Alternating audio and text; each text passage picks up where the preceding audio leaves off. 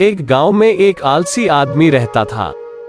वह कुछ काम धाम नहीं करता था, बस दिन भर निठला बैठकर सोचता रहता था कि किसी तरह कुछ खाने को मिल जाए। एक दिन वो यूं ही घूमते घूमते आम के एक बाग में पहुंच गया। वहां रसीले आमों से लदे कई पेड़ थे। रसीले आम देख उसके मुंह में पानी आ गया और आम तोड़ने वो एक पेड़ पर चढ़ गया। लेकिन जैसे ही वो पेड़ पर चढ़ा, बाग का मालिक वहां आ पहुंचा। बाग के मालिक को देख आलसी आदमी डर गया और जैसे तैसे पेड़ से उतरकर वहां से भाग खड़ा हुआ। भागते भागते वो गांव में बाहर स्थित जंगल में जा पहुंचा। वो बुरी तरह से थक गया था, इसलिए एक पेड़ के नीचे बैठकर सुस्ताने लगा। तभी उसकी नजर एक लोमड़ी पर पड़ी। उस लोमड़ी की एक टांग टूटी हुई थी और वह लंगड़ाकर चल रही थी।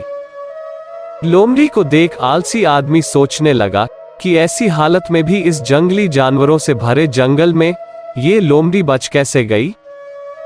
इसका अब तक शिकार कैसे नहीं हुआ?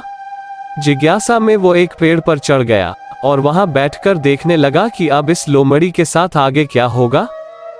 कुछ ही पल बीते थे कि पूरा जंगल शेर की भयंकर दहाड़ से गूंज उठा, जिसे सुनकर सारे जानवर डरकर भागने लगे। लेकिन लोमड़ी अपनी टूटी टांग के साथ भाग नहीं सकती थी। वह वहीं खड़ी रही। शेर लोमड़ी के पास आने लगा। आलसी आदमी ने सोचा कि अब शेर लोमड़ी को मारकर खा जाएगा, लेकिन आगे जो हुआ वह कुछ अजीब था।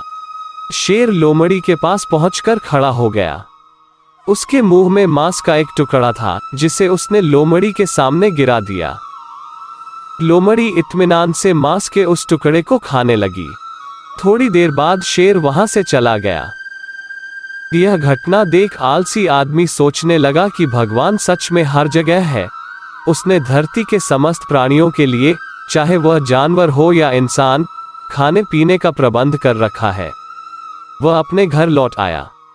घर आकर वो 2-3 दिन तक बिस्तर पर लेटकर प्रतीक्षा करने लगा कि जैसे भगवान ने शेर के द्वारा लोमड़ी के लिए भोजन भिजवाया था, वैसे ही उसके लिए भी कोई न कोई खाने पीने का सामान ले आएगा। लेकिन ऐसा कुछ नहीं हुआ। भूख से उसकी हालत खराब होने लगी। आखिरकार उसे घर से बाहर निकलना ही पड़ा। घर के बाहर उसे एक पेड़ के नीचे बैठे हुए बाबा दिखाई पड़े। वो उनके पास गया और जंगल का सारा वृतांत सुनाते हुए वो बोला, बाबा जी, भगवान मेरे साथ ऐसा क्यों कर रहे हैं? उनके पास जानवरों के लिए भोजन का प्रबंध है, लेकिन इंसानों के लिए नहीं।